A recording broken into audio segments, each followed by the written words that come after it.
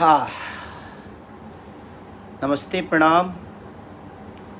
बहुत दिन बाद हम अपना फेसबुक पर लाइव आयल बनी और नेटवर्क नहीं का बाबू। वाह वाह वाह। सुरेश कुमार जी वाचिंग, आदित्य आर्यन, सबके प्रणाम भाई, दिल से प्रणाम। और बिना बताए आयल बनी बस। उपकार सिंह जी, गोलू, लभी भाई, कुशल, रवि दास, सबके ए कुमार, सोनू सिंह, सबके दिल से प्रणाम बा भाई। और आवे वाला साल के ढेर सारा शुभकामना रहो सबके कि जब साल बीतल एमे का भइल ना भइल सबके भूल जाए के जरूरत बा। और जौन साल बीतल है सबका खातिर बहुत बढ़िया रहल, केहू खातिर बुरा भी रहल। जौन बीत जाला ओकरा के बुरा ना बोलल जाला, बढ़िया चीज़ है। खास करके हमरा खातिर ढेर बढ़िया रहल। इतना डिस्टर्ब हम जी कौनो साल में ना रहनी, लेकिन ओकरा बावजूद भी लोग इतना प्यार और खुशी देनी कि हर चीज़ ट्रेंडिंग से लेकर आशीर्वाद से लेकर इंडिया के वाचिंग में हिंदी गाना ना रह के कम से कम 2 गो गाना हमनी के टॉप 10 में 2 गो गाना नथुनिया और कोको कोला के लोग शामिल कैनी।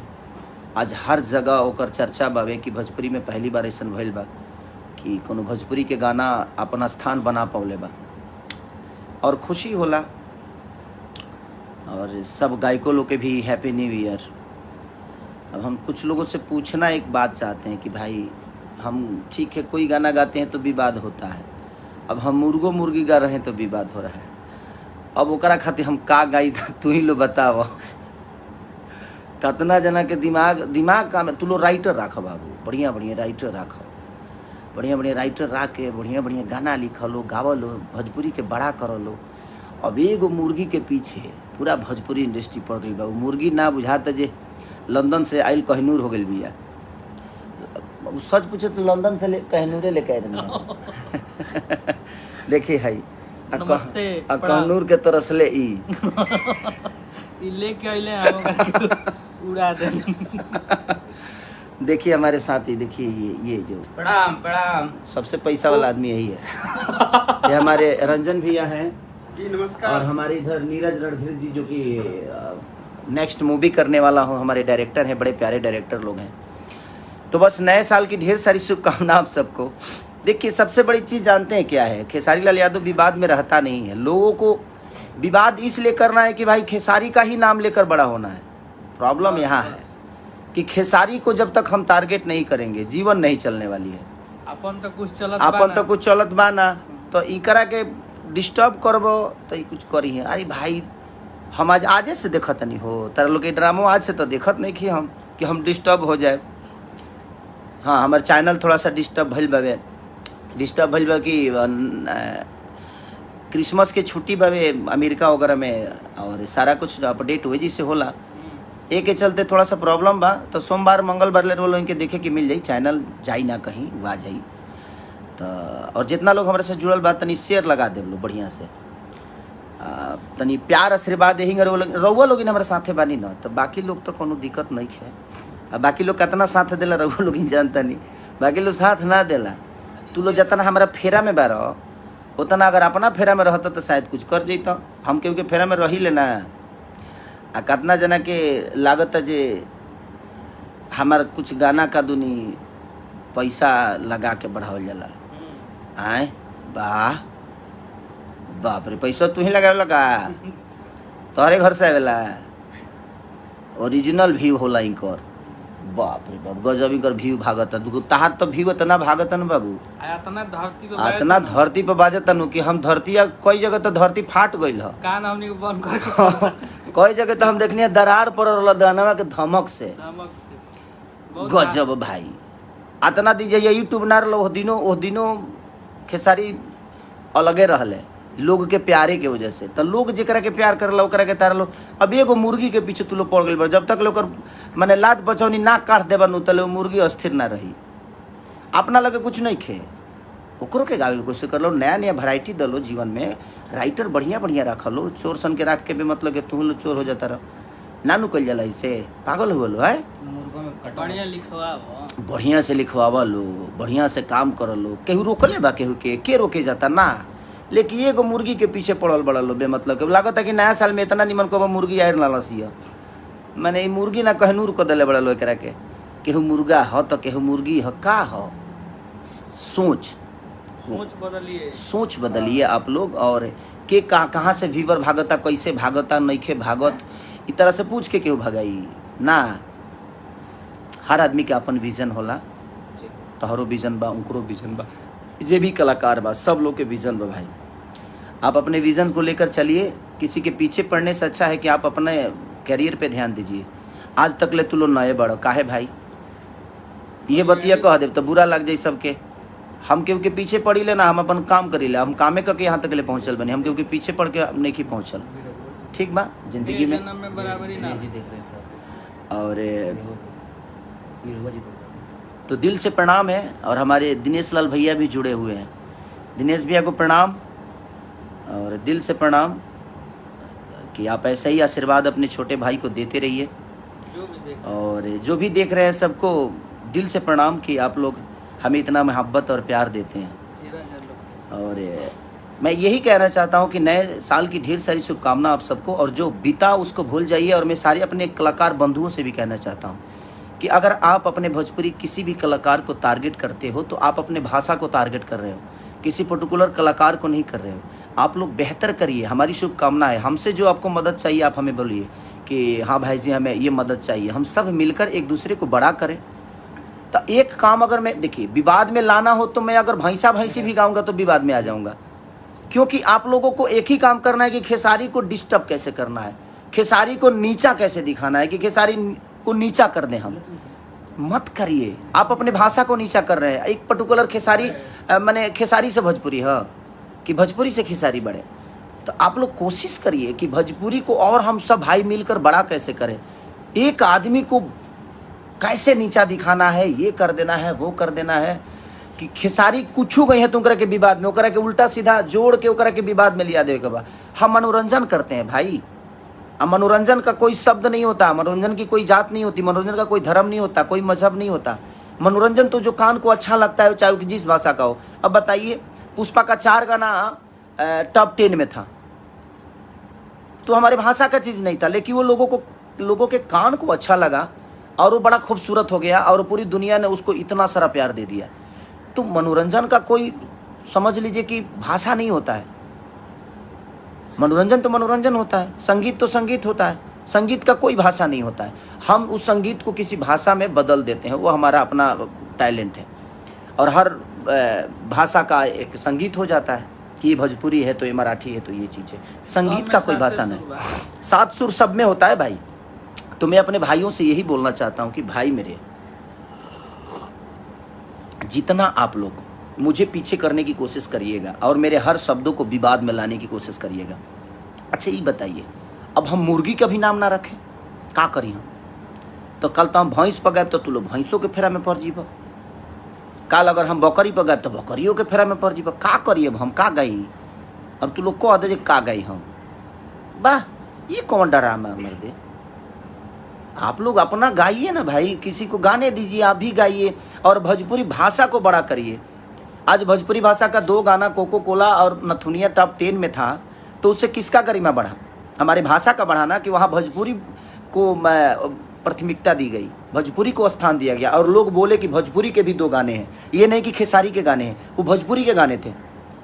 और मुर्गिया नंबर 1 ट्रेंड करके बताइए, शाहरुख जी की फिल्म के गानों को पीछे करके और मुर्गिया नंबर 1 पे रहा, और मुझे लगता है 3 दिन लगातार रहा।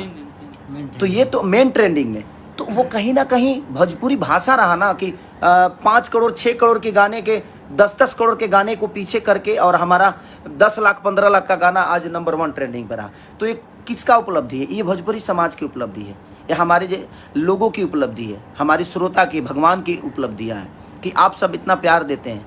और दढ़िया को भी बहुत जल्दी आप लोग को प्लेटफॉर्म पे मिल जाएगा, क्योंकि थोड़ा सा क्रिसमस का छुट्टी की वजह से और हर प्लेटफॉर्म पे है। आप लोग रील और बनाइए, और बहुत जल्दी एक और बेहतरीन गाना मैं दढ़िया से भी ऊपर छोड़ने वाला हूँ अपने खेसारी म्यूजिक वर्ल्ड पे, और आपको देखने को मिलेगा।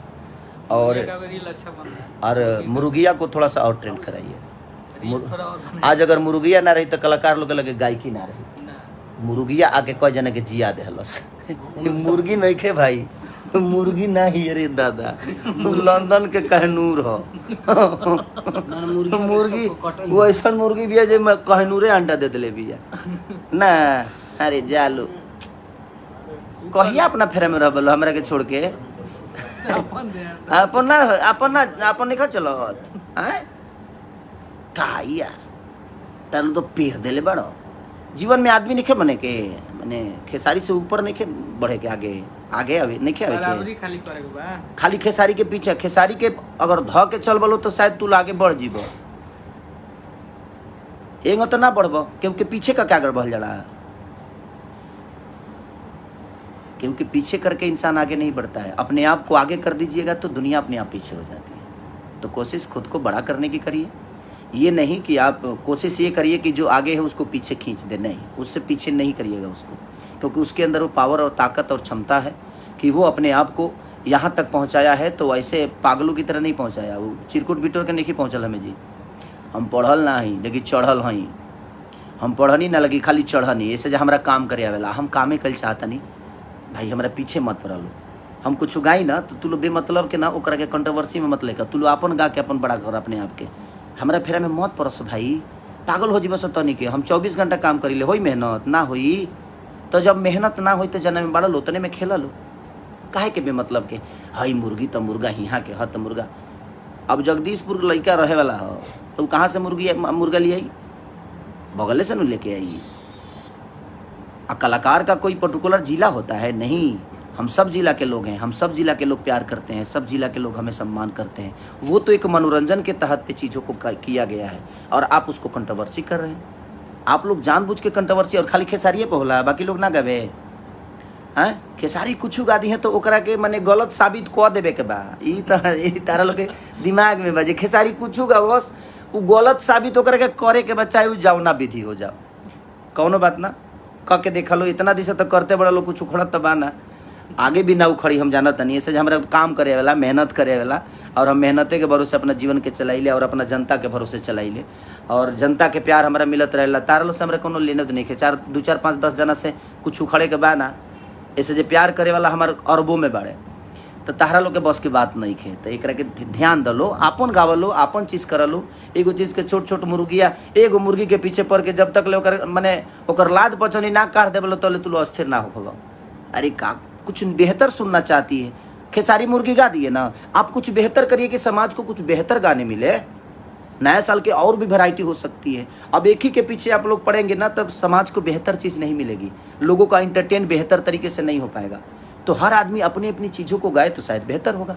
अब फुर्दुगी गा बोलो तू लो, कौआ कौआ हुआ चाहे कोयलर हो कुकू करो, हाँ ई सब गाव लो। अब चिड़ई के कमी बावे, बकरी बढ़ले बड़ी सब वो तो कटैबे करे सब, मैनी बिया गौरैया मैनी चिड़ई बकुला उकुला देख लो, बकुलो एक घड़ी गेहूं के खेत में आवेला सब। चाहे मूसरी पर गावलो, मूसरी भी ठीक रहे से ना जी, मूसरी बहुत जानवर बड़ा सा। एगो मुर्गी खेसारी का उठा ले कृष्णा बेदर्दियों करे के पिरो देले। अब फेरा में पड़ल बोलो कि ना जले मुर्गी के एकदम पाँख ना नोच दे बोलो तू लो, गोड़ी ओड़ी सब खा जलो कर का कहल जाओ। जय हिंद, जय भारत, हैप्पी न्यू ईयर। नए साल की ढेर सारी शुभकामना आप सबको कि ऐसे ही ऊर्जवान अपने खेसारी को रखिए और रहिए।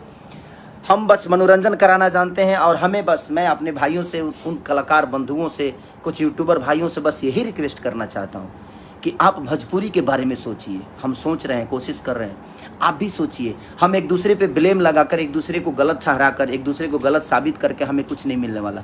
हम एक दूसरे को तारीफ करके शायद सोशल साइट पे एक दूसरे को बड़ा कर सकते हैं।